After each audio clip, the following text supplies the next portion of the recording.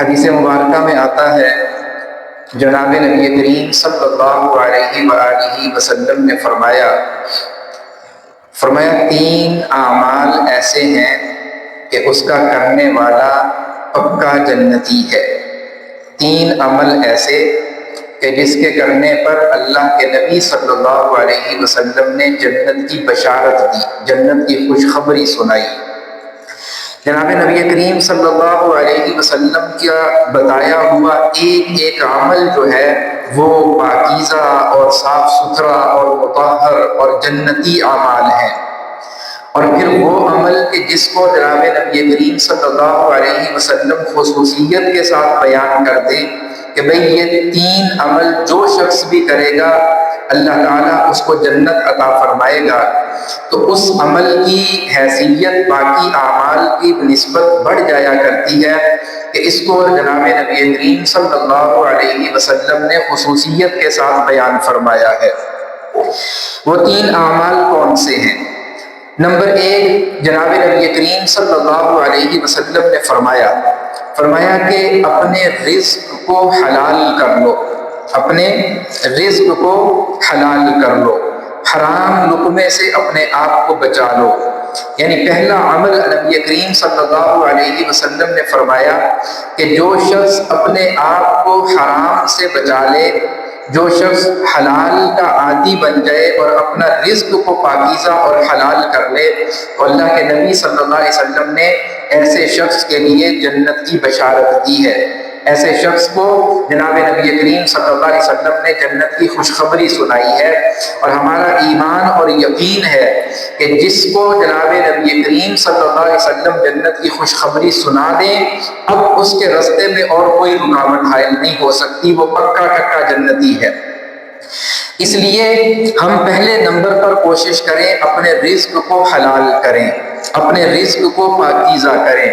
اللہ تعالیٰ نے قرآن کریم کے اندر ارشاد فرمایا یا ایھا الرسل کلوا من الطیبات واعملوا صالحا، فرمایا کہ اے پیغمبروں، کسی عام شخص کو خطاب نہیں کیا، کسی عام آدمی کو اللہ نے مخاطب نہیں کیا، اللہ نے اس کائنات کے سب سے برگزیدہ بندے، سب سے بزرگ ہستیاں جو نبیوں کی ہستیاں ہیں، اللہ نے ان نبیوں اور پیغمبروں کو مخاطب کیا، رسولوں کو مخاطب کیا اور فرمایا یا ایھا الرسل، اے پیغمبروں، کلوا من الطیبات، پاکیزہ چیزیں کھاؤ، حلال چیزیں کھاؤ۔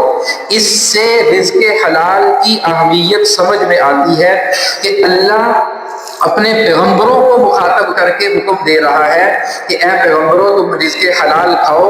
اب پیغمبر کی ذات معصوم ہوتی ہے، معصوم عن الخطا ہوتی ہے، نبی کی ذات سے حرام لقمے کی توقع رکھنا بھی حرام اور کفر اور ناجائز ہے کہ کوئی شخص کسی نبی کی نسبت یوں کہے کہ نعوذ باللہ کسی نے کوئی حرام لقمہ کھایا، وہ شخص دائرہ اسلام سے نکل جاتا ہے، خارج ہو جاتا ہے جو نبی کی نسبت یوں کہے۔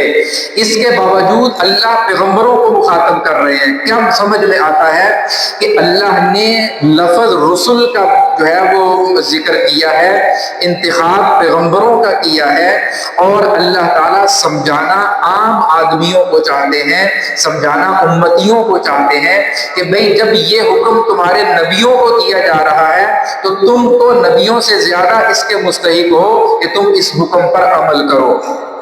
اب حکم کیا دیا؟ کلوا من الطیبات، رزق کو حلال کر لو، واعملوا صالحا، اور نیک اعمال کرتے رہو۔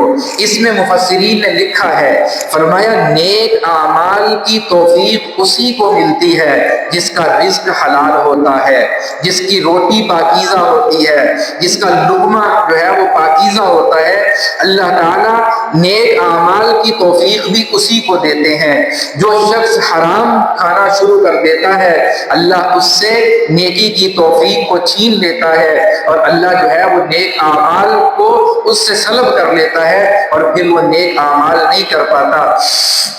اس لیے انسان کو کوشش کرنی چاہیے کہ انسان اپنے لقمے کو پاکیزہ رکھے، اپنے رزق کو حلال رکھے، اپنے رزق کو جو ہے وہ مشکوک ہونے سے بھی بچائے، غلط شبوں سے بھی جو ہے وہ اپنے رزق کو محفوظ رکھے کہ کہیں سے نبی کریم صلی اللہ علیہ وآلہ وسلم نے فرمایا کہ اتقوا مواضع التہمہ، ایسی جگہ سے بھی بچ کر رہو جہاں سے تم پر تہمت لگنے کا خدشہ ہو، اندیشہ ہو، تہمت لگی نہیں ہے، فرمایا تمہیں ڈر ہو کہ اس جگہ سے مجھے تہمت لگ سکتی ہے، اللہ کے نبی صلی اللہ علیہ وسلم نے فرمایا اپنے آپ کو ایسی جگہ سے بھی بچا کے رکھو، کہیں ایسا نہ ہو کہ تمہارے دامن کو داغدار کر دیا جائے اور پاکیزہ دامن کے اوپر کسی قسم کی کوئی تہمت لگا دی جائے۔ فرمایا کہ اب جب حضور صلی اللہ علیہ وسلم یوں فرما رہے ہیں کہ تم اپنے آپ کو تہمت کی جگہ سے بھی بچا کر رکھو، ایسی جگہ سے جہاں حرام کا شبہ ہو اس سے بھی اپنے آپ کو بچا کر رکھو، تو جس کے حرام ہونے میں یقین ہے ایسی جگہ سے تو بطریق اولا ہمیں اپنے آپ کو بچانا چاہیے۔ مثلا سود ہے، سود سب کو پتا ہے کہ حرام ہے، جوا ہے سب کو پتا ہے کہ حرام ہے، رشوت ہے سب کو پتا ہے کہ حرام ہے۔ اب یہ وہ چیزیں ہیں کہ ان کے حرام ہونے میں کوئی شک کی گنجائش نہیں ہے، ان کے حرام ہونے میں کوئی شبہ نہیں ہے، کوئی خدشہ یا کوئی اندیشہ نہیں ہے۔ یہ چیزیں وہ ہیں کہ ان کے بارے میں ہر جو ہے وہ چھوٹے بڑے کو پتا ہے، ہر جو ہے وہ عالم غیر عالم کو پتا ہے، ہر جو ہے وہ سمجھدار ذی شعور انسان کو پتا ہے کہ یہ چیزیں حرام ہیں، ان سے کمایا جانے والا پیسہ بھی حرام ہے۔ تو انسان کوشش کرے اپنے آپ کو ان چیزوں سے بچا کر رکھے، اگر نہیں بچائے گا اللہ تعالیٰ نیکی کی توفیق چھین لیں گے، نیک اعمال اللہ تعالیٰ جو ہے وہ انسان کی زندگی سے ختم کر دیں گے۔ پھر انسان بعض اوقات ایسے مواقع ایسی جگہ پر آ جاتا ہے، انسان کوشش بھی کرتا ہے نیک عمل کرنے کی لیکن وہ کر نہیں سکتا، کیوں؟ اللہ کی طرف سے توفیق نہیں ملتی ہے، اور توفیق کیوں نہیں ملتی ہے؟ اس کا رزق حلال نہیں ہے۔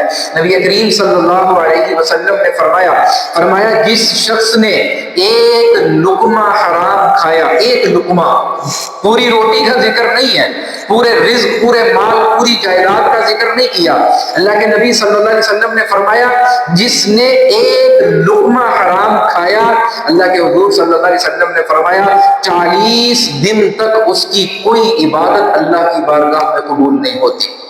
جس نے ایک لقمہ حرام کھایا 40 دن تک اس کی کوئی عبادت اس کی اللہ کے بارگاہ کے اندر قبول نہیں کی جاتی۔ وہ نماز پڑھتا ہے اس کے منہ پر مار دی جاتی ہے، وہ دعائیں مانگتا ہے اس کے منہ پر مار دی جاتی ہیں، وہ لمبے لمبے سجدے کرتا ہے، اللہ جو ہے وہ سجدے اس کے منہ پر مار دیتا ہے۔ کیوں؟ اللہ کہتا ہے کہ تمہاری عبادت کے مقبول ہونے کے لیے شرط یہ ہے پہلے اپنا رزق حلال کر، پہلے اپنے جو ہے وہ کمائی کو حلال کر، پھر اس کے بعد عبادت کرے گا تو اللہ تیری عبادت کو قبول کرے گا اور اس عبادت پر اللہ کی طرف سے تجھے اجر و ثواب ملے گا۔ جب تک رزق حلال نہیں ہے، جب تک روٹی اور کمائی حرام کی ہے، اس وقت تک اللہ تعالیٰ کو تمہارے سجدوں کی، تمہاری عبادت کی، تمہاری ریاضت کی اللہ کو کوئی ضرورت نہیں ہے۔ تم حرام کھاتے ہوئے ساری زندگی بھی سجدے کے اندر گزار دو، پھر بھی اس حرام کا اللہ کو جواب دینا پڑے گا، اللہ کے ہاں اس کا جو ہے وہ حساب دینا پڑے گا۔ اس لیے نبی کریم صلی اللہ علیہ وسلم نے فرمایا جس شخص نے اپنے آپ کو حرام لقمے سے بچا لیا، فرمایا میں محمد بشارت دیتا ہوں، میں خوشخبری دیتا ہوں کہ وہ شخص جنتی ہے۔ تو آج کے دن کے اندر جس نے اپنے حلال رزق کو پکا کر لیا، گویا کہ اللہ کے حضور صلی اللہ علیہ وسلم سے اس کو جنت کی بشارت مل گئی۔ آج 1 مئی ہے، آج کا دن جو ہے وہ مزدوروں کا عالمی دن منایا جاتا ہے، لیبر ڈے کے نام سے، مزدوروں کے نام پر اس دن کو منایا جاتا ہے۔ تو مزدور طبقے کو اللہ کے نبی صلی اللہ علیہ وسلم نے پسند فرمایا ہے۔ کیوں پسند کیا ہے؟ اس لیے کہ وہ حلال کماتا ہے، وہ سارا دن محنت کرتا ہے، وہ پسینے سے شرابور ہو کر بغیر اپنے کام میں ڈنڈی مارے، بغیر جو ہے وہ دھوکے کے اور بغیر خیانت کے سارا دن جو ہے وہ گرمی سردی کی پرواہ کیے بغیر وہ اپنی جو ہے وہ روزی روٹی کے لیے کھپتا ہے، اپنے آپ کو جو ہے وہ اپنی جان کماتا ہے، پھر شام کو جا کر وہ تازہ جو ہوتا ہے اس کی دیہڑی، اس کی جو مزدوری اور اس کی اجرت وہ اس کے ہاتھ پہ رکھی جاتی ہے۔ اللہ کے نبی صلی اللہ علیہ وسلم نے اس اجرت کو سب سے زیادہ پسند فرمایا۔ اللہ کے حبیب صلی اللہ علیہ وسلم نے اس اجرت کو سب سے زیادہ پسند فرمایا، اور حضور صلی اللہ علیہ وسلم نے فرمایا اللہ تعالیٰ نے یہ جو مزدور طبقہ ہے اس طبقے کو اللہ نے صرف بعد والوں کے لیے نہیں فرمایا، اس میں تو اللہ نے اپنے انبیاء کی بھی سنت کو جاری کیا ہے۔ فرمایا جتنے بھی انبیاء گزرے ہیں سب کے سب انبیاء کی مزدوری کیا کرتے تھے۔ حضرت موسیٰ علیہ السلام فرمایا 10 سال تک حضرت شعیب علیہ السلام کی بکریاں چراتے رہے، مزدوری کرتے رہے، اجرت کرتے رہے۔ اور ایک حدیث میں آتا ہے نبی کریم صلی اللہ علیہ وسلم نے فرمایا کہ میں چند قیراط کے بدلے اہل مکہ کی بکریاں چرایا کرتا تھا، اہل مکہ کی بکریوں کو لے جاتے ہانک کر اور ان کو سارا دن چراتے اور چرا کر لا کر واپس رات کو ان کو دے دیتے اور جو ہے وہ اپنی مزدوری لے لیتے۔ یہ حضور صلی اللہ علیہ وسلم خود یہ عمل کیا کرتے تھے۔ یہ اللہ کے نبی صلی اللہ علیہ وسلم اپنی نسبت فرما رہے ہیں کہ میں چند قیراط یعنی چند پیسوں کے لیے، اپنی روزی کے لیے، اپنی اجرت کے لیے جو ہے وہ مکہ والوں کی جو ہے وہ مزدوری کیا کرتا، ان کی بکریاں چرایا کرتا تھا۔ تو یہ کوئی عار نہیں ہے، یہ کوئی عیب نہیں ہے۔ رزق حلال کے لیے اپنے آپ کو جو ہے وہ کھپانا اور محنت کرنا اور مزدوری کرنا، یہ اللہ کے نبی صلی اللہ علیہ وسلم نے اس کو پسند کیا ہے، اور اس پر اللہ کے نبی صلی اللہ علیہ وسلم کی بے شمار بشارتیں بھی ہیں۔ تو عرض یہ کر رہا تھا کہ حضور صلی اللہ علیہ وسلم نے فرمایا جنتی بننا ہے تو پہلا کام یہ کر لو کہ اپنے رزق کو پاکیزہ کر لو، حلال کے عادی بن جاؤ اور حرام سے اپنے آپ کو بچا لو۔ اللہ تعالیٰ نے قرآن کریم کے اندر ارشاد فرمایا ان الذین یأکلون اموال الیتامی ظلما انما یأکلون فی بطونہم نارا وسیصلون سعیرا۔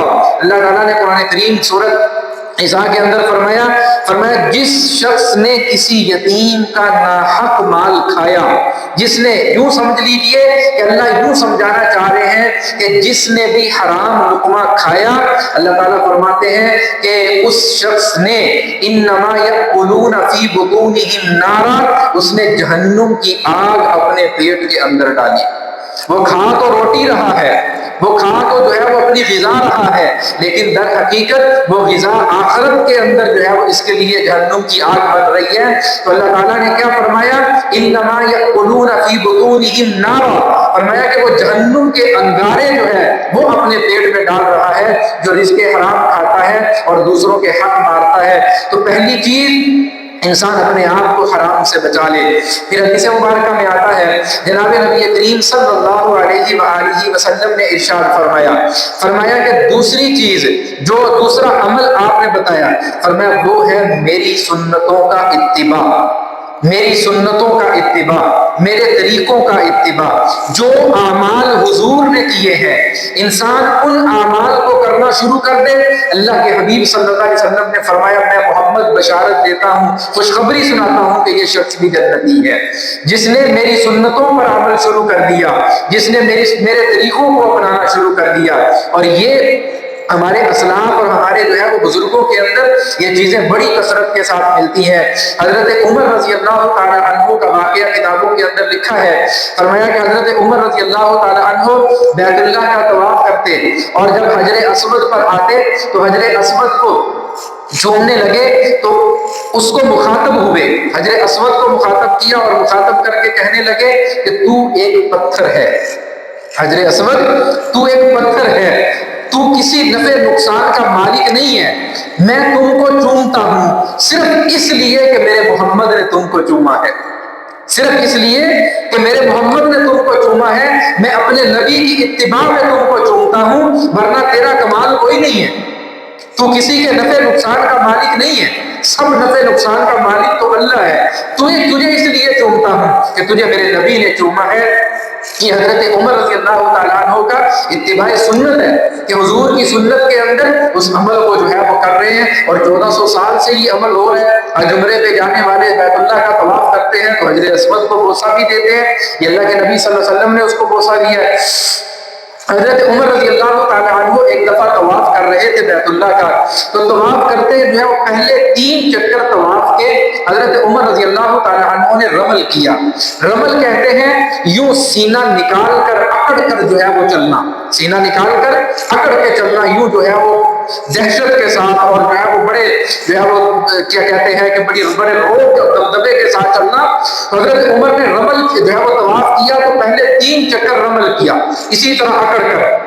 تو کسی نے کہا کہ امیر المؤمنین یہ رمل تو اللہ کے نبی صلی اللہ علیہ وسلم کے ایک زمانے میں ہوتا تھا کہ جب جو ہے وہ بیت اللہ کے اندر کفار بھی ہوتے تھے, مشرکین بھی ہوتے تھے, تو ان کو مسلمانوں کا روب اور دبدبہ دکھانے کے لیے اللہ کے نبی صلی اللہ علیہ وسلم رمل کیا کرتے تھے, یعنی تھوڑا سا اکڑ کے کرا کرتے تھے کہ یہ ہمیں کمزور نہ سمجھے کافر, ان پر روب ڈالنے کے لیے. تو آج تو یہاں کافر کوئی نہیں ہے, آج تو یہاں پر کافر کوئی نہیں ہے. جب کافر کوئی نہیں ہے تو پھر رمل کرنے کی کیا ضرورت تھی؟ حضرت عمر رضی اللہ تعالی عنہ فرمانے لگے, فرمایا کہ جو عمل میں نے اپنے نبی کے زندگی میں دیکھا ہے, فرمایا عمر کی غیرت گوارا نہیں کرتی کہ اس عمل کو کیے بغیر یہاں سے گزر جاؤں. جب رمل میرے نبی نے کیا ہے تو عمر بھی رمل کرے گا, چاہے اس کی ضرورت ہے یا نہیں ہے. آج اس وقت کافر ہوتے تھے, آج کافر نہیں ہے بیت اللہ کے اندر, لیکن عمر جو ہے اپنے نبی کی سنت کو نہیں چھوڑ سکتا. عمر آج بھی اپنے نبی کے طریقے پر جو ہے وہ عمل کرے گا. تو میں عرض یہ کر رہا تھا کہ حضور صلی اللہ علیہ وسلم نے فرمایا جو میری سنتوں پر, میرے طریقوں پر عمل کرنا شروع کر دے, میں محمد اس کو بھی جنت کی خوشخبری دیتا ہوں. حضرت عمر رضی اللہ, حضرت عثمان غنی رضی اللہ تعالیٰ عنہ کے بارے میں بے شمار واقعات آتے ہیں. حضرت علی رضی اللہ تعالیٰ عنہ شیر خدا مولا کائنات جناب علی المرتضیٰ رضی اللہ تعالیٰ عنہ کے بارے میں آتا ہے کہ ایک دفعہ حضور صلی اللہ علیہ وسلم نے ایک ریشم جو ہے وہ ریشم کا کپڑا حضرت علی کو دیا. حضرت علی رضی اللہ تعالیٰ عنہ گھر گئے, اس ریشم کو لباس بنایا اور لباس بنا کر اس کو پہن کر آ گئے. حضور صلی اللہ علیہ وسلم کے سامنے جب آئے تو حضور صلی اللہ علیہ وسلم کے چہرہ انور کا رنگ جو تھا وہ بدلنا شروع ہو گیا, اس لیے کہ ریشم پہننا یہ مرد کے لیے جائز نہیں ہے. ریشم پہننا, ریشم کا کپڑا یہ مرد کے لیے جائز نہیں ہے. تو حضور صلی اللہ علیہ وسلم نے جب دیکھا کہ علی ریشم کا کپڑا پہن کر آئے ہیں, حضور نے کہا کچھ نہیں ہے. حضور کے چہرے کا رنگ جو ہے وہ بدلنا شروع ہوا. حضرت علی دیکھیں یہ جتنے بھی صحابہ تھے یہ سب کے سب جو ہے وہ نبوت کے جو ہے وہ مزاج کو سمجھتے تھے, مزاج شناس تھے, آپ کے چہرے کو دیکھ کر سمجھ لیتے تھے کہ اس موقع پر ہمیں کیا کرنا ہے اور حضور ہم سے کیا چاہتے ہیں. فرمایا کہ حضرت علی رضی اللہ تعالیٰ عنہ نے جیسے ہی حضور کے چہرے کا رنگ بدلا ہوا دیکھا, فوراً اس کرتے کو پھاڑ دیا, اتارا بھی نہیں, پھاڑ دیا اس کو, کہ جس کو دیکھ کر میرے نبی کے چہرے پہ ناگواری آئی ہے, علی اس کپڑے کو دوبارہ کبھی اپنے پاس نہیں رکھے گا. اس کو پھاڑ دیا, اس کے ٹکڑے کر دیے. پر میں علی اس کپڑے کو نہیں رکھ سکتا جس کو دیکھ کے میرے نبی کے چہرے پہ ناگواری آئے اور میرے نبی کے چہرے کا رنگ بدل جائے. تو یہ آپ کے طریقوں کے ساتھ محبت اور آپ کے طریقوں پر جو ہے آپ کی سنتوں پر عمل, یہ ہمیں ان حضرات سے سیکھنا چاہیے اور یہ ہمیں ان کی زندگیوں سے ملتا ہے. ایک صحابی رضی اللہ تعالی عنہ حضور کی بارگاہ میں حاضر ہوئے اور اس صحابی کی انگلی کے اندر سونے کی انگوٹھی پہنی ہوئی تھی, سونے کی انگوٹھی پہنی ہوئی ہے. اب سونا پہننا بھی مرد کے لیے جائز نہیں ہے, چاندی پہن سکتا ہے, چاندی کی اجازت ہے بقدر ضرورت, لیکن سونا مرد کے لیے حرام ہے, سونا نہیں پہن سکتا.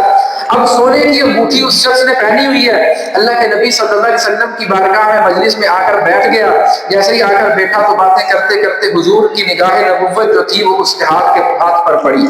جیسے اس کے ہاتھ پر پڑی حضور نے بلایا اور بلا کر جو ہے وہ انگوٹھی خود اپنے ہاتھ سے اتاری اور اتار کر وہ انگوٹھی حضور نے جو ہے بالکل سیر پر پھینک دی, ایک طرف وہ انگوٹھی پھینک دی. حضور صلی اللہ علیہ وسلم پھینک کر جو ہے وہ اٹھے, گھر تشریف لے گئے, اپنے حجرہ مبارک میں چلے گئے. جیسے ہی گئے ہیں تو ایک شخص پاس بیٹھا تھا, اس نے کہا کہ وہ انگوٹھی اٹھا لو. جس کے ہاتھ سے وہ مندری وہ انگوٹھی اتاری تھی اس کو کہا دوسرے شخص نے کہ وہ اٹھا لو.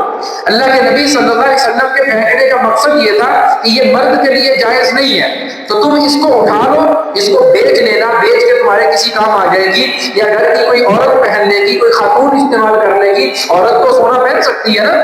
تو اس نے کہا کہ اس کو اٹھا لو. اب اس صحابی کی حضور صلی اللہ علیہ وسلم کے ساتھ محبت دیکھیے, اس محبت کے اندر فرماتے ہیں, فرمایا کہ میں اس انگوٹھی کو نہیں اٹھاؤں گا.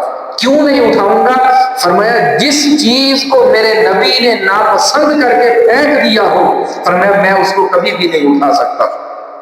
جس چیز کو میرے نبی نے ناپسند سمجھ کر پھینک دیا ہے، فرمایا میں اس چیز کو کبھی بھی نہیں اٹھا سکتا، حالانکہ اگر اس کو اٹھا لیتے، اٹھا کر جو ہے وہ کسی دوسرے جو ہے وہ جگہ پر استعمال کر لیتے تو وہ جائز تھا، یہ کوئی گناہ نہیں تھا، یہ کوئی شریعت کے اندر حرام نہیں تھا، خود پہننا منع تھا، کسی عورت کو، بیوی کو دے دیتے، بیٹی کو دے دیتے، جائز تھا، لیکن فرمایا کہ جس کو میرے نبی نے پھینک دیا ہے ہم وہ اس کو دوبارہ جو ہے وہ نہیں جو ہے وہ اس کو جو ہے وہ اٹھا سکتے۔ تو یہ نبی کی سنتوں کے ساتھ صحابہ کرام کے محبت اور ان کی اتباع ہے۔ حضرت حذیفہ بن یمان رضی اللہ تعالی عنہ ایک بادشاہ کے ہاں بطور ایلچی کے، بطور گورنر کے جو ہے وہ بطور قاصد کے گئے، حضرت حذیفہ بن یمان رضی اللہ تعالی عنہ اس بادشاہ کے دربار میں جب پہنچے نا تو وہ بادشاہ جو تھا وہ ان کے ہاں یہ رواج تھا کہ وہ ٹیبل کے اوپر بیٹھ کے، میز پہ بیٹھ کے کھانا کھاتے تھے، تو اس نے جو ہے وہ حضرت حذیفہ بن یمان رضی اللہ تعالی عنہ کے لیے میز لگوایا، جس طرح وہ کھانا کھاتے تھے کرسیوں پہ بیٹھ کے، میز پہ بیٹھ کے، تو اس نے اسی اپنے انداز کے اندر جو ہے وہ کھانا لگوایا۔ حضرت حذیفہ بن یمان رضی اللہ تعالی عنہ نے دیکھا تو فرمایا کہ میں تو یہاں بیٹھ کے کھانا نہیں کھاؤں گا، فرمایا میرے نبی کی سنت تو زمین پہ بیٹھ کے کھانا کھانا ہے، میں اپنے نبی کی سنت ترک نہیں کروں گا، سنت نہیں چھوڑوں گا۔ اس بادشاہ نے ان کی خاطر جو ہے وہ دسترخوان نیچے زمین پر لگوا دیا کہ تم مہمان ہو تو مہمان کا اکرام۔ اس نے کہا کہ ٹھیک ہے میں بھی تمہارے ساتھ بیٹھتا ہوں، نیچے زمین پہ دسترخوان لگا اور حضور کی سنت پر عمل کرتے ہوئے دسترخوان لگ گیا، بادشاہ بھی دسترخوان پہ بیٹھے ہیں، حضرت حذیفہ بن یمان بھی دستر پہ بیٹھے ہیں، اور لوگ بھی بیٹھے ہو گئے، کھانا کھانا شروع کر دیا۔ کھانا کھاتے ہوئے حضرت حذیفہ بن یمان رضی اللہ تعالی عنہ کے ہاتھ سے ایک لقمہ نیچے گر گیا، کھانا کھاتے ہوئے ایک لقمہ نیچے گرا۔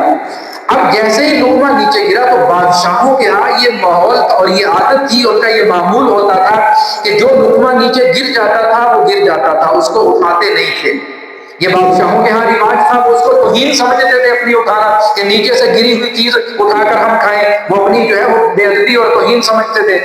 حضرت حذیفہ بن یمان رضی اللہ تعالی عنہ کے ہاتھ سے جیسے ہی وہ لقمہ گرا، حضرت حذیفہ اس کو جھک کر جو ہے نیچے کی طرف اس کو اٹھانے لگے اس لقمے کو، تو جو شخص پاس بیٹھا تھا نا اس نے حضرت حذیفہ کو یوں بازو کے ساتھ اس کو جو ہے وہ ہلایا اور حضرت حذیفہ سے کہنے لگے کہ یہ تم کیا کر رہے ہو؟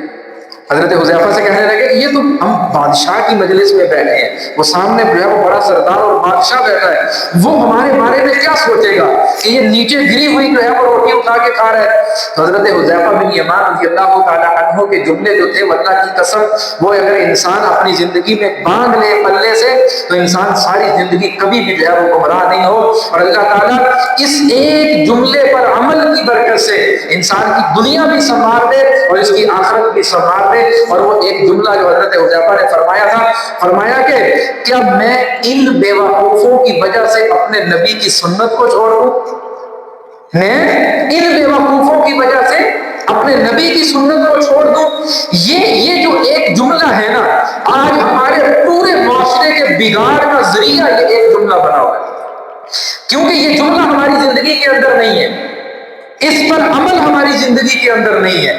ہم ہر کام کرنے سے پہلے کیا کہتے ہیں؟ یار فلانا کی کہے گا، فلانا کی کہے گا، فلانا رشتہ دار کی سوچے گا، جی کا بھائی میرا، بہنا میری، چاچے تائے برادری شریکہ سارے میرے بارے میں کی سوچ رہے کہ میں اے پیتا۔ اور حذیفہ بن یمان کیا کہہ رہے ہیں؟ کیا میں ان بیوقوفوں کی وجہ سے اپنے نبی کی سنت چھوڑ دوں؟ فرمایا میں اپنے نبی کی سنت نہیں چھوڑ سکتا۔ وہ لقمہ اٹھایا، اٹھا کر صاف کیا، صاف کر کے اس لقمے کو کھا لیا۔ فرمایا میں نے اپنے نبی کو دیکھا کہ نبی کے ہاتھ سے لقمہ گرا، نبی نے اٹھایا، صاف کیا اور صاف کر کے کھا لیا۔ فرمایا میں ان کی وجہ سے نبی کی سنت نہیں چھوڑ سکتا۔ یہ وہ سنت پر عمل ہے جس عمل پر حضور صلی اللہ علیہ وسلم کیا فرما رہے ہیں؟ میں محمد جنت کی بشارت دیتا ہوں، میں محمد جنت کی بشارت دیتا ہوں۔ دو چیزیں، نمبر ایک حضور صلی اللہ علیہ وسلم نے فرمایا جو شخص اپنا رزق حلال کر لے اس کو مجھ محمد کی طرف سے جنت کی بشارت ہے۔ نمبر دو، جو شخص میری سنتوں کو اپنا لے، میری سنتوں پر عمل کرنے والا بن جائے، فرمایا اس کو بھی مجھ محمد کی طرف سے جنت کی بشارت ہے۔ آج افسوس کا مقام یہ ہے ہم نے سنتیں اپنانے کی بجائے سنتیں چھوڑنا شروع کر دی۔ ہمارے جو اسلاف تھے، ہمارے بڑے تابعین، صحابہ تابعین، اولیاء، فقہاء، مجتہدین، محدثین، وہ سنت پر عمل کرتے تھے سنت سمجھ سنتوں کو ڈھونڈا کرتے تھے کتابوں کے اندر کہ ہمیں نبی کی کوئی سنت ملے اور ہم اس سنت پر عمل کریں. آج ہم سنتوں کے بارے میں پوچھا کرتے ہیں کہ مولوی صاحب سنت ہی ہے نا، فرض سے نہیں ہے. ہاں جی سنت ہی ہے، چلو خیر ہے چھاڑ دینے یا پھر کوئی بات نہیں. ہم سنتیں پوچھتے ہیں چھوڑنے کے لیے، اور ہمارے اکابرین سنتیں پوچھا کرتے تھے عمل کرنے کے لیے. حضرت مولانا قاسم نانوتوی رحمۃ اللہ تعالی علیہ کے بارے میں آتا ہے، فرمایا ایک موقع پر جو ہے وہ نماز پڑھ رہے عشاء کی، تو عشاء کے آخری جو 2 نفل پڑھتے ہیں نا، وتر کے بعد جو آخری 2 نفل پڑھے جاتے ہیں، تو یہ وتر جو ہے حضور صلی اللہ علیہ وسلم سے بیٹھ کر پڑھنا ثابت ہے. حضور صلی اللہ علیہ وسلم سے بیٹھ کر پڑھنا ثابت ہے کہ نفل جو ہے وہ حضور بیٹھ کر پڑھ لیا کرتے تھے. تو یہ اپنی امت کی آسانی کے لیے، اور ویسے بھی نفل نماز کے اندر اختیار ہے، انسان کھڑا ہو کے پڑھنا چاہے کھڑا ہو کے پڑھ لے، بیٹھ کے پڑھنا چاہے بیٹھ کے پڑھ لے. فرض نماز کے اندر اختیار نہیں ہے، فرض نماز کے اندر اختیار نہیں ہے. فرض نماز لازم ہے کہ کھڑا ہو کے پڑھے.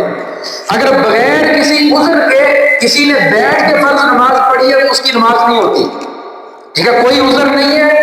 وہ ایک تو بندہ ہے نا کہ وہ سجدہ نہیں کر سکتا، یا وہ بیٹھ نہیں سکتا، یا اس کی کوئی مجبوری ہے تو وہ بیٹھ کے نماز پڑھ رہا ہے، بیمار ہے وہ بیٹھ کے نماز پڑھ رہا ہے، یہ اور مسئلہ ہے. صحیح سالم بندہ جو تندرست ہے، صحت مند ہے، اگر وہ بغیر کسی عذر، یا اس کو یوں سمجھ لیجئے ایسا بندہ کہ جو کھڑا ہو کے نماز پڑھ سکتا تھا، چاہے تھوڑی بہت مشکل سے ہی ہے نا، لیکن کم از کم کھڑا ہو کے پڑھ سکتا ہے، اگر اس نے کھڑے ہو کے نہیں پڑھی بیٹھ کے پڑھ رہا ہے تو اس کی نماز کوئی نہیں ہوتی. اس کی نماز کوئی نہیں ہوتی ہے. نماز اس کی بیٹھ کے ہوتی ہے کہ جو مجبور ہے، جس کو پتا ہے کہ میرے گھٹنے کام نہیں کرتے، یا میرے جسم کے اندر کوئی ایسا حادثہ ہے، کوئی بیماری ہے کہ میں جو ہے وہ نہیں کھڑا ہو سکتا، کھڑے ہو کے نہیں پڑھ سکتا، یا سجدہ نہیں کر سکتا. اس کو شریعت نے اجازت دی ہے کہ یہ بیٹھ کے پڑھ لے، اس کے علاوہ بیٹھ کے نہیں. نفل نماز کے اندر اجازت ہے، وہ کھڑے ہو کے پڑھنا چاہو تو کھڑے ہو کے پڑھ لو، بیٹھ کے پڑھنا چاہو تو بیٹھ کے پڑھ لو، اس میں جو ہے وہ دونوں طریقے جائز ہے. حضرت مولانا قاسم نانوتوی رحمۃ اللہ تعالی ایک موقع پر جو ہے وہ 2 نفل عشاء کے بعد والے وہ بیٹھ کے پڑھ رہے تھے. لیکن یہ یاد رکھیں کہ وہ نفل جو بیٹھ کے پڑھا جائے اور وہ نفل جو کھڑے ہو کے پڑھا جائے، اس میں ثواب کا فرق ہے. کھڑے ہو کے پڑھنے پر ثواب زیادہ ملتا ہے اور بیٹھ کر پڑھنے پر ثواب کم ملتا ہے. ثواب کا فرق ہے، پڑھنا دونوں طرح جائز ہے. مولانا قاسم نانوتوی رحمۃ اللہ تعالی نے 2 نفل پڑھ رہے ہیں اور بیٹھ کے پڑھ رہے ہیں. پیچھے ایک مرید بیٹھا تھا، تو مرید نے دیکھا کہ سارے حضرت جی جڑے وہ بیٹھ کے پڑھن دے، حالانکہ کھڑے ہو کے زیادہ ثواب ملتا. مولوی نے چھوٹی چھوٹی گلاں بھی نوٹ کری دیا نا کہ مولوی اس ٹائم کی کرن دے، ٹھیک ہے نا. تو انہوں نے جڑا وہ گل نوٹ کی تھی. پیچھے مرید بیٹھا تھا، مرید نے سوال کرتا، انہوں نے کہا کہ جی مولوی صاحب اے تسی کی کر رہے، کھڑے ہو کے پڑھن دا بہت ثواب، بیٹھ کے پڑھن دا تھوڑا ثواب، تے تسی ہے نہیں تندرست جے تے کھڑے ہو کے پڑھن دی بجائے تسی بیٹھ کے نفل پڑھن دے، اس کی وجہ ہے. تو حضرت مولانا قاسم نانوتوی یہ سچے عاشقان رسول تھے. جتنے بھی اولیاء اللہ گزرے ہیں نا، ان کے دلوں میں اللہ کے حبیب صلی اللہ علیہ وسلم کی سچی محبت تھی. فرمانے لگے اللہ کے بندے ہمیں ثواب سے غرض نہیں ہے، فرمانے لگے اللہ کے بندے ہمیں ثواب سے غرض نہیں ہے، تھوڑا ملے یا زیادہ ملے، ہم تو بیٹھ کے اس لیے پڑھ رہے ہیں کہ ہم نے کتابوں میں پڑھا ہے، احادیث میں پڑھا ہے کہ عشاء کے 2 نفل ہمارے نبی نے بھی بیٹھ کے پڑھے. جب ہمارے نبی نے بیٹھ کے پڑھے ہیں تو ثواب تھوڑا ملے زیادہ ملے، ہم تو اپنے نبی کے سنت پر عمل کریں گے، ثواب کی غرض نہیں ہے. اور اللہ کی قسم حضور کی سنت کی اس محبت پر جو اجر ملتا ہے وہ شاید کہ ہزاروں نفل پڑھنے پر بھی نہ ملے. حضور کی سنت سے جو یہ جو محبت ہے نا، اس محبت پر جو اللہ کی طرف سے اجر و ثواب ملتا ہے نا، ہزاروں نفل پڑھ کے بھی اتنا اجر و ثواب انسان نہیں پا سکتا جتنا حضور کی سنت سے محبت کرنے پر ملتا ہے. تو یہ دوسری چیز اللہ کے نبی صلی اللہ علیہ وسلم نے فرمائی جو میری سنتوں کا پابند ہو جائے میں محمد بشارت دیتا ہوں کہ یہ شخص جنتی ہے. اور تیسری چیز جو اللہ کے نبی صلی اللہ علیہ وسلم نے فرمایا، وہ فرمایا کہ لوگ اس کے شر سے محفوظ ہو جائیں، لوگ اس کے شر سے محفوظ ہو جائیں. یہ کسی کو نقصان نہ پہنچاتا ہو، کسی کے بارے میں برا نہ سوچتا ہو، کسی کو جو ہے وہ تکلیف نہ پہنچاتا ہو. فرمایا لوگ اگر اس کے شر سے محفوظ ہیں، فرمایا میں محمد جنت کی بشارت دیتا ہوں اس کو. 3 عمل بتائے. حضرت سہل بن عبداللہ رحمہ اللہ تعالی، اللہ کے ولی گزرے ہیں، بڑے بزرگ تھے. ان کے بارے میں آتا ہے کہ ان کا جو پڑوسی تھا نا وہ ایک مجوسی تھا، مسلمان نہیں تھا، پڑوس میں رہتا تھا. وہ ان سے جو ہے وہ شدید نفرت کرتا تھا. سہل بن عبداللہ یہ بہت بڑے اللہ والے، ساری رات ان کی تہجدوں کے اندر گزرتی، قرآن کی تلاوت میں گزرتی، مصلے کے اندر گزر جاتی. اور یہ جو پڑوسی تھا یہ مجوسی تھا، یہ کوئی موقع جانے نہیں دیتا تھا تکلیف پہنچانے کا کہ کسی نہ کسی طرح اس اللہ والے کو بس تکلیف پہنچے. اب یہ کیا کرتا تھا، اس کا مکان جو تھا وہ ڈبل منزل تھا، نیچے بھی اور اوپر والا خانہ تھا، اور اس کے جو قضائے حاجت کی جگہ تھی نا وہ اوپر والا خانے کے اوپر تھی، اوپر والی منزل پہ اس کی قضائے حاجت کا واش روم جو ہے اوپر والے والا خانے پہ. اب یہ کیا کیا کرتا تھا کہ یہ اوپر والے والا خانے سے جو ہے وہ قضائے حاجت کرتا، اپنے جو ہے وہ استنجا وغیرہ کرتا، پیشاب کرتا، اور جو غلاظت ہوتی تھی نا وہ غلاظت حضرت سہل بن عبداللہ رحمہ اللہ کے گھر میں پھینک دیتا، صرف ان کو تکلیف پہنچانے کے لیے غلاظت ان کے گھر میں پھینک دیتا. وہ اللہ والے تھے، صبح کو تہجد کے لیے اٹھتے، تہجد پڑھتے، اور جیسے ہی دیکھتے وہ غلاظت جو ہے وہ گری ہوئی ہے، وہ اس کو اٹھتے چپکے سے صاف کرتے، صاف کر کے جو ہے وہ اس کو باہر پھینک دیتے، جگہ کو دھو دیتے، باقی گھر والوں کو پتہ ہی نہیں چلا. کئی سال گزر گئے، کتابوں میں لکھا ہے کئی سال گزر گئے کہ وہ مجوسی کی عمل ہر رات میں کرتا تھا کہ وہ غلاظت ان کے گھر میں پھینکتا تھا، اور کئی سال گزر گئے ہیں کہ ان کے گھر والوں کو پتہ ہی نہیں ہے، سہل بن عبداللہ کے گھر والوں کو پتہ ہی نہیں ہے. کس لیے پتہ نہیں ہے؟ اگر گھر والوں کو پتہ چلے گا تو شاید وہ اس کو نقصان نہ پہنچائیں، وہ اس کا برا نہ سوچیں اس مجوسی کا. اب اندازہ لگائیں کہ پڑوسی وہ مجوسی ہے، اور سہل بن عبداللہ ایک مجوسی کے حقوق کو کیسے ادا کر رہے ہیں کہ اپنے گھر والوں کو پتہ ہی نہیں لگنے دیا. کئی سال گزر گئے، ایک دن ایسا ہوا کہ یہ بیمار ہو گئے، سہل بن عبداللہ رحمہ اللہ یہ بیمار ہو گئے، اور اس بیماری کے اندر جو ہے وہ بڑھتے بڑھتے ان کو یہ خدشہ ہوا کہ شاید میں اب زندہ نہیں بچوں گا، اور اسی بیماری کے اندر جو ہے وہ میری موت ہو جائے گی. تو انہوں نے جو ہے سہل بن عبداللہ نے ایک دن اس مجوسی کو بلایا اور بلا کر کہا کہ بھی اللہ کے بندے، آج تک تو میں تمہاری غلاظت صاف کرتا رہا، چپ چاپ کرتا رہا، میں نے تمہیں بھی کچھ نہیں کہا اور اپنے گھر والوں کو بھی کچھ نہیں بتایا، چپکے سے تم غلاظت پھینک دیتے تھے، میں صاف کر دیتا تھا. آج میں بیمار ہوں، ممکن ہے کہ میں مر جاؤں، اور اگر میں مر گیا اور تم نے یہ عمل جاری رکھا تو ممکن ہے کہ میرے گھر والے تم سے بدلہ لیں، تم کو نقصان پہنچائیں. میں نہیں چاہتا کہ میرے گھر میں رہتے ہوئے میری ذات سے یا میرے گھر والوں سے میرے پڑوسی کو کوئی تکلیف پہنچے. اپنی تکلیف کو نہیں بتایا کہ بھئی تمہاری غلاظت سے مجھے بھی تکلیف ہو رہی ہے، یہ نہیں بتایا، اس کی تکلیف کی فکر کر رہے ہیں کہ میں یہ نہیں چاہتا کہ میری وجہ سے تمہیں تکلیف پہنچے، اس لیے میں ہاتھ جوڑتا ہوں، آج کے بعد یہ غلاظت پھینکنا بند کر دو، اگر ان کو پتہ چل گیا تو وہ تمہیں تکلیف پہنچائیں گے. اس مجوسی نے جب یہ اخلاق کا یہ اعلیٰ نمونہ اس نے اپنی آنکھوں سے دیکھا نا، وہ موقع پر وہیں پر مسلمان ہو گئے. اس نے کہا اگر اسلام ان اچھے اخلاق کا درس دیتا ہے اور اسلام دوسروں کے حقوق یوں بتاتا ہے تو فرمایا میں بھی کلمہ پڑھتا ہوں اور مسلمان ہوتا ہوں. وہ مجوسی بھی مسلمان ہو گیا، اس کے ساتھ اس کا پورا گھر، اس کے خاندان والے سب کے سب مسلمان. وجہ کیا بنی؟ اچھے اخلاق. اور اچھے اخلاق کیوں ہیں؟ حضور صلی اللہ علیہ وسلم نے فرما دیا کہ تمہاری ذات سے کسی دوسرے کو تکلیف نہ پہنچے، تمہاری ذات سے کسی دوسرے کو تکلیف نہ پہنچے. باقی بلّہ رحمۃ اللہ تعالیٰ علیہ ایک اللہ والے گزرے ہیں، ان کے بارے میں آتا ہے کہ یہ ایک دفعہ رات کو تہجد کے لیے اٹھے، وضو کیا، وضو کر کے مصلے پہ آگے. اب مصلے پہ آگے 2 4 10 20 100 نفل پڑھنے تھے، پڑھ کے پھر واپس بستر پہ آ کے سو جانا تھا. یہ وضو کر کے مصلے پہ آ گئے ہیں، پیچھے دیکھا ایک بلی کے بستر ویلا پہ ہوا تھا، بلی جا کے بسترے چلے گئی. بلی تھی، بلی کو کیا پتا، بلی آئی، گرم گرم بستر دیکھا، بھائی گرم گرم ہے، سردیوں کی رات ہے. بلی نے دیکھا کہ ٹھنڈی گرم نرم جگہ مل گئی ہے، اس نے جو ہے وہ اس بستر میں بیٹھ گئی. اب یہ شیخ باقی بلّہ رحمۃ اللہ علیہ جو تھے نا، یہ اپنے نفل پڑھ کے تہجد پڑھ کے فارغ ہوئے نا، تو سوچا کہ چلو کچھ دیر جا کے آرام کر لیتا ہوں. تو جیسے ہی بستر کی طرف آئے دیکھا تو بلی صاحبہ جو تھی وہ بستر کے اندر آرام کر رہی ہیں. بلی صاحبہ بستر کے اندر آرام کر رہی ہیں. علماء نے لکھا ہے کہ شیخ باقی رحمۃ اللہ علیہ ساری رات مصلے پہ بیٹھ کے گزار دی، ساری رات مصلے پہ بیٹھ کے گزار دی کہ میری وجہ سے اللہ کی مخلوق کو تکلیف نہ پہنچے. میری وجہ سے اللہ کی مخلوق کو، انسان نہیں ہے جانور ہے، اور بستر بھی حضرت کی ملکیت ہے، اٹھا دیتے تو کوئی گناہ بھی نہیں تھا، بلی کو مارتے بگا دیتے کوئی گناہ نہیں تھا، لیکن اس کے باوجود اللہ کی مخلوق کی محبت اتنی ہے دل کے اندر، فرمایا کہ میں اس کو اٹھاؤں گا، وہ اب سکون کے ساتھ بیٹھ گئی ہے، اس کو رات گزارنے دو، خود ساری رات مصلے پہ بیٹھ کے گزار دی، اور بلی وہاں پر جو ہے وہ سوئی ہوئی ہے، اس وجہ سے کہ اللہ کی مخلوق کو تکلیف نہ پہنچے۔ یہ وہ تیسری چیز ہے جو نبی کریم صلی اللہ علیہ وسلم نے ارشاد فرمائی، فرمایا تم یہ 3 کام کر لو، میں محمد تم کو جنت کی گارنٹی دیتا ہوں۔ پہلا کام کیا کرنا ہے؟ اپنے رزق کو حلال کر لو، حرام سے بچو۔ پہلا کام اپنے رزق کو حلال کر لو، حرام نہیں کماؤ، حرام نہیں کھاؤ، دوسروں کے حق پہ ڈاکہ نہیں ڈالو، رزق حلال ہوگا جنت پکی ہے۔ نمبر 2، میری سنتوں پر عمل کرنے والے بن جاؤ، میری سنتوں پر عمل کرنے والے بن جاؤ، نبی کی ہر ادا سے محبت کرنے والے بن جاؤ، نبی کے ہر طریقے سے محبت کرنے والے بن جاؤ۔ اور نمبر 3، فرمایا تمہاری ذات سے کسی دوسرے کو تکلیف نہ پہنچے۔